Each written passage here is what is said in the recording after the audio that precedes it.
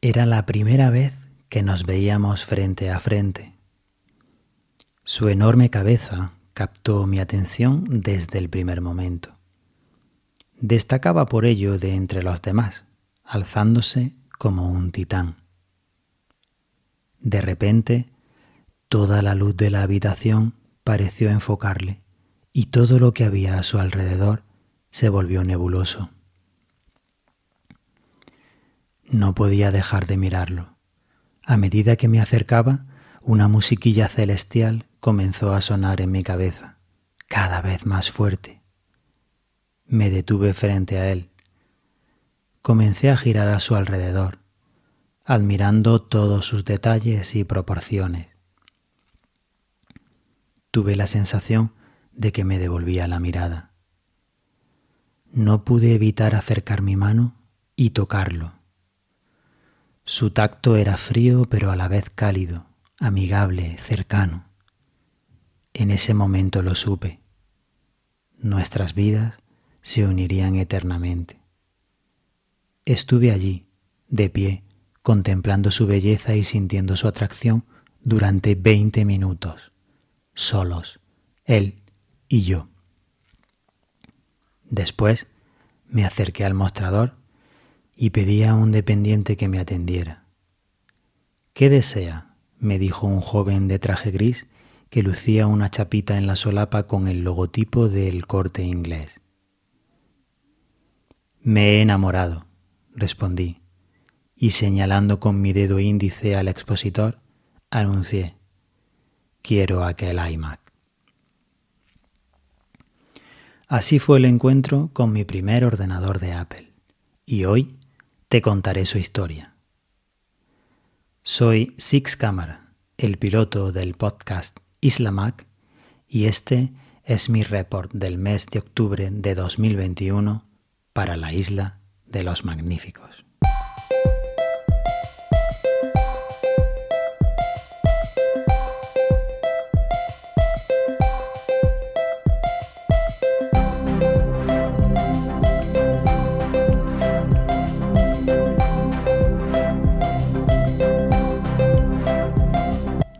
Steve Jobs presentó mi iMac en un evento especial de Apple en agosto de 2007. Este producto recibe la nomenclatura iMac Middle 2007 o también iMac 7.1 en la gama Mac.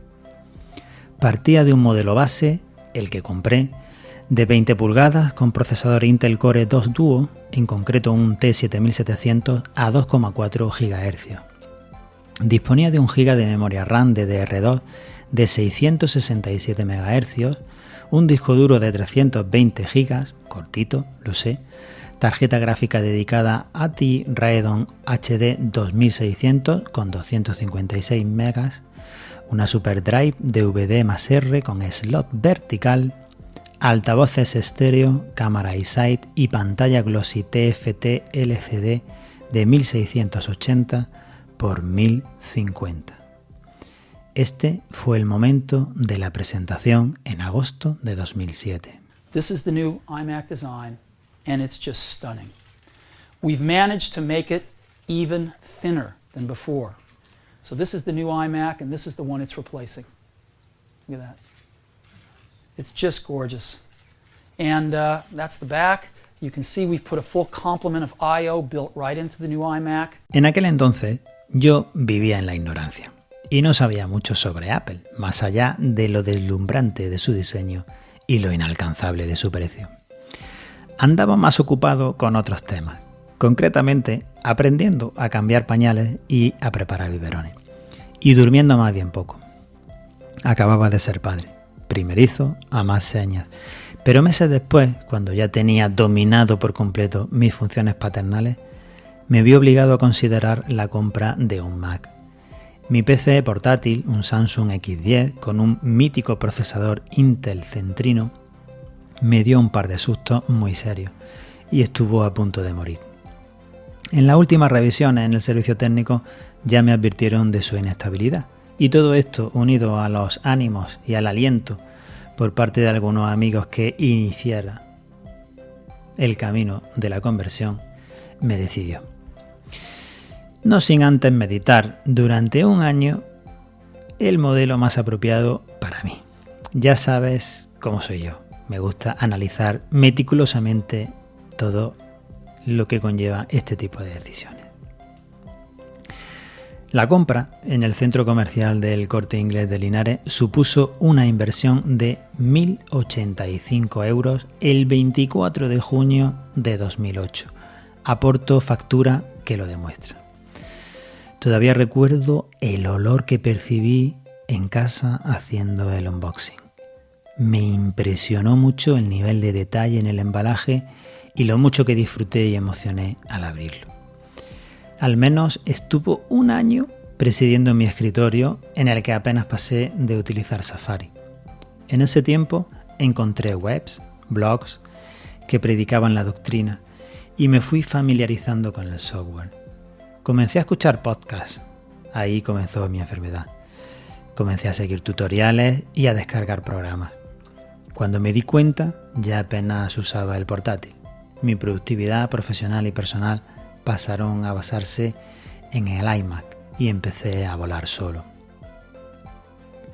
Recuerdo con cariño la cantidad ingente de vídeos editados y producidos con el paquete iLife. Cuántos recuerdos familiares, cuántos recuerdos de una vida. No puedo describir la sensación de disfrute pleno que experimenté en los procesos de creación y lo mucho que se sorprendía y disfrutaba la familia en su visionado posterior. Cuántas fotografías editadas y clasificadas, cuántas presentaciones, vídeos, incluso póster, postales, calendarios y todavía los conservo. En lo profesional ha sido una herramienta determinante y con un alto impacto. Ya os he contado que trabajo como enfermero de emergencias sanitarias. Desde el primer momento me convencí a mí mismo de que la inversión en esta máquina merecía la pena, también por el uso que le daría en mi rol profesional. Y no me equivoqué. Si echo la vista atrás, creo que habría perdido muchas oportunidades, mucha actividad, muchas creaciones profesionales si no hubiera podido disfrutar de mi iMac. Puedo mencionar algunos ejemplos. En el año 2006 lanzamos una revista digital en formato PDF, de difusión online y mediante newsletter. Se llamaba Páginas en Ferur y estaba editada con Pages, usando sus plantillas. Se publicó durante 3 años y tenía una base de 1000 descargas por número. En 2008 colaboré con la Universidad de Jaén en un título de posgrado en Enfermería de Urgencias y Emergencias, con el que ya había colaborado en ediciones anteriores. Mi función era la de coordinador. Me impliqué muchísimo en la organización y presenté una propuesta que fue aceptada para dotarlo de contenido y recursos multimedia para la formación. Dotamos a cada alumno o alumna con un iPad Touch y preparamos cantidades ingentes de horas con vídeos, podcasts, audios, docs para los alumnos. Disfruté y aprendí enormemente y el resultado fue exitoso, pionero e innovador para la época. Todos los recursos fueron producidos y elaborados con mi iMac. Todavía hoy me pican los ojos al recordar las horas de trabajo y dedicación frente a la pantalla. En mi trabajo como enfermero de emergencia, siempre que tuve la oportunidad en cualquier proyecto de aportar elementos multimedia, lo hice recurriendo a mi iMac y a sus herramientas software, presentaciones, documentos, vídeos. No podría dejar de mencionar mi actividad como podcaster y lo mucho que mi iMac me ha ayudado a llevarla a cabo. Primero con GarageBand, luego con Amadeus y en esta última etapa con Hindenburg. Todas ellas aplicaciones software que utilicé en mi iMac. Incluso en mi faceta como ilusionista me beneficié de disponer de un Mac, usando por ejemplo iWeb para hacer la página web y otros infoproductos. Me encantaba iWeb.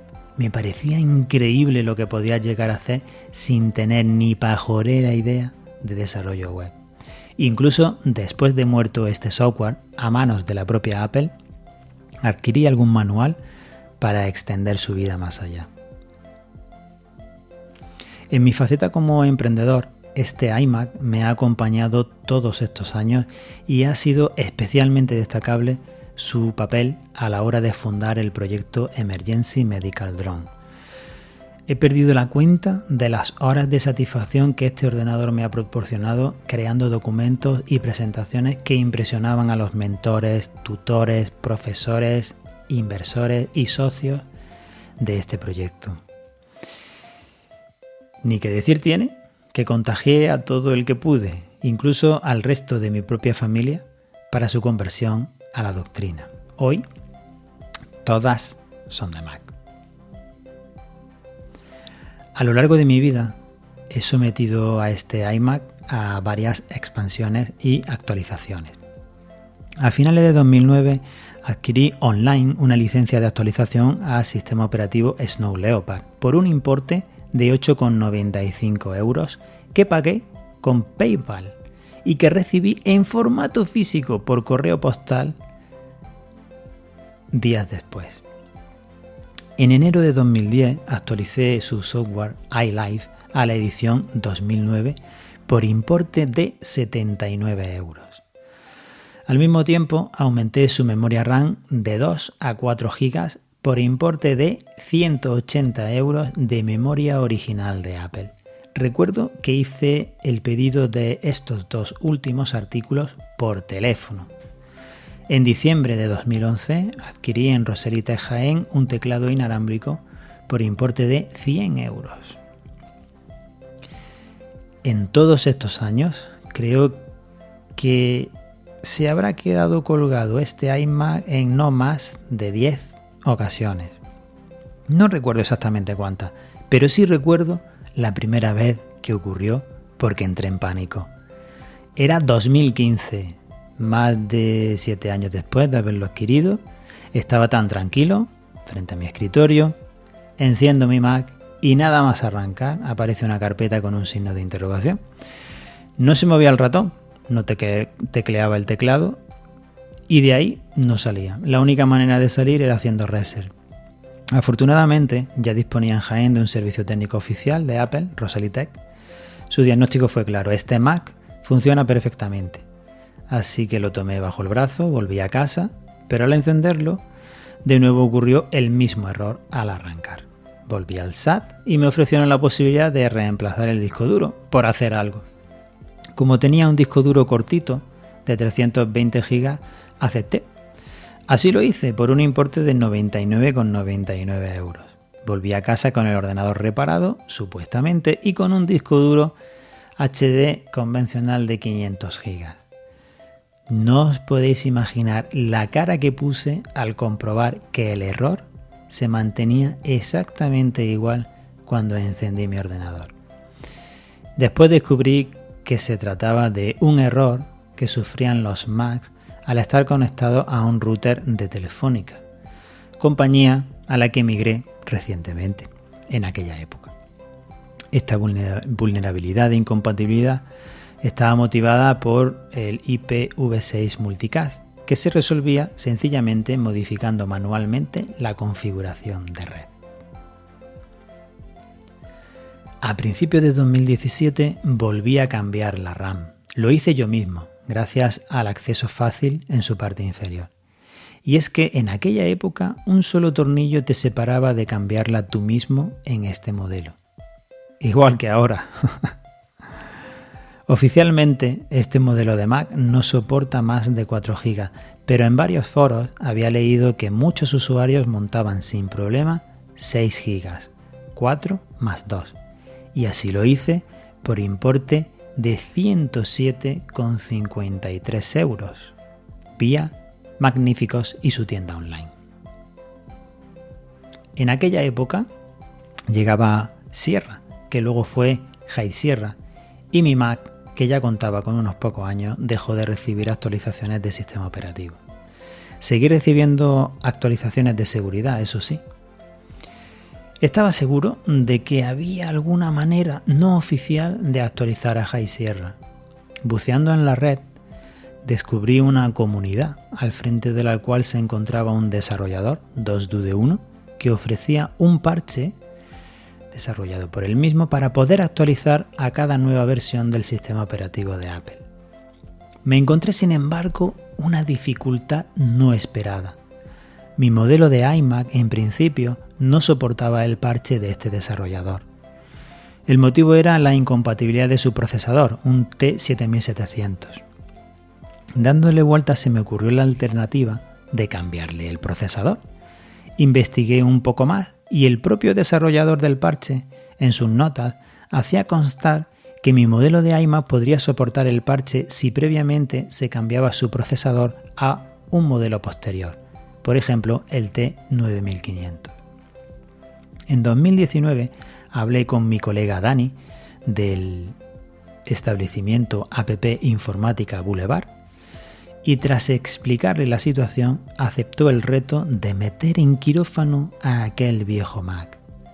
Así lo hizo, por un importe de apenas 300 € a cambio de reemplazar el procesador y añadir un nuevo disco duro, esta vez SSD de 1 TB, de la marca Samsung Evo. La operación fue todo un éxito y esto me permitió actualizar a High Sierra y seguir disfrutando mucho más de mi iMac 7,1 de 2007. Sin saberlo, en aquel momento había dejado reluciente por dentro y por fuera a mi iMac justo antes de que llegara la pandemia. Papel fundamental y decisivo el que ha desempeñado mi iMac en todos los largos meses de la pandemia y el confinamiento, en los que se ha comportado sin despeinarse, acompañándome en los momentos más duros, en los de ocio, formación, videoconferencias y en todo aquello que os podáis imaginar. El pasado mes de junio de este año 2021, unas líneas verticales intrusivas y con un patrón fijo que se repetía hacían inutilizable mi iMac de 2007. En ese momento saltaron todas las alarmas y tras una intensa semana de restauraciones llegué a la conclusión de que su tarjeta gráfica había muerto. Lo llevé a mi médico de cabecera, Dani, otra vez de App Informática, y me tranquilizó. No te preocupes, que con un revaling de la gráfica lo dejamos nuevo. Eso me dijo, eso hizo y así ocurrió, por importe de apenas 50 €. Desde entonces sigue nuevo, a pleno rendimiento y funcionando, esta vez actualizado a Catalina, con un nuevo parche del desarrollador 2-1.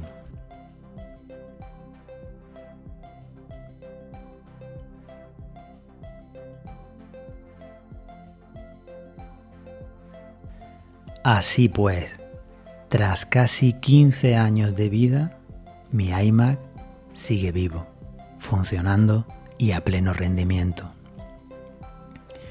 Si sumamos las cifras de los importes mencionados en este episodio, la cantidad final desembolsada alcanza los 2.010 € en todo este tiempo. Total, algo más de 2.000 € por 13 años de servicio, unos 150 € al año o lo que es lo mismo, apenas 12 € al mes. No está nada mal para un ordenador de 2007. Actualmente diría que vive su mejor momento. Sin embargo, llegó la hora de renovarlo, que ya está bien. Este verano, aprovechando la campaña de Vuelta al Cole, adquirí un nuevo Mac. Un Mac generación M1.